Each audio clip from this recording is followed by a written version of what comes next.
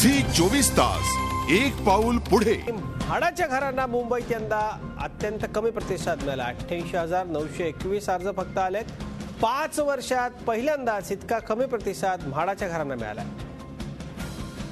गेल्या 5 वर्षातला हा सगळ्यात कमी मिळालेला प्रतिसाद आहे। वाढत्या किमतीमुळे सर्वसामान्य नागरिकांनी म्हाडाच्या घरांकडे पाठ फिरवली। अमित जोशी आमचे प्रतिनिधी आपल्याबरोबर आहेत। अमित, नागरिकांनी मुंबईकरांनी पाठ फिरवली आहे, ज्याच्यासाठी अक्षरशः प्राण कंठाशी आणून वाट बघायचे मुंबईकर, मात्र आता पाठ फिरवली म्हाडाच्या घरांकडे। काय कारण आहेत नेमकी?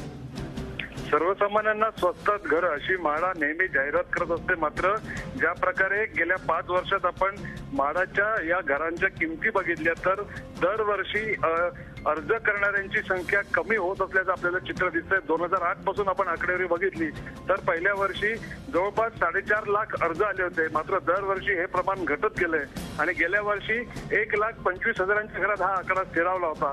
तर यावर्षी 1 लाख आकडा पार करेल असं वाटत होतं, मात्र तो सुद्धा आकडा अर्जदारांनी पार केलेला नाही आणि जेमतेम 89,000 अर्ज या ठिकाणी आलेले आहेत। थोडक्यात म्हाडाची घरं महाग असल्यामुळे सर्वसामान्यांनी पाठ फिरवणं पसंत केल्याचे चित्र दिसत आहे। अमित, म्हाडाकडून या सगळ्याच्यासाठी काय स्पष्टीकरण देण्यात येत आहे? खरं तर म्हाडाच्या घराच्या किमती कमी होण्यासाठी सर्व राजकीय पक्षांनी आवाज उठवला होता। म्हाडाचे जे प्रमुख आहेत, शासकीय दृष्ट्या आपण बघितले तर मुख्यमंत्री हे म्हाडाचे प्रमुख असतात, तर मुख्यमंत्र्यांनी सुद्धा घरांच्या किमती या कमी करण्यास नकार दिला होता।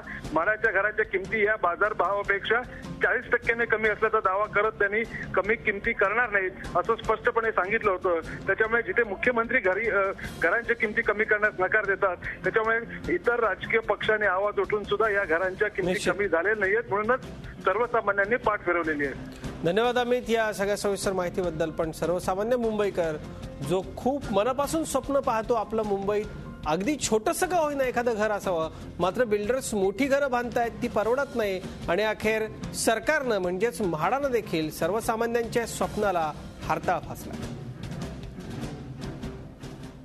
झी 24 तास एक पाऊल पुढे।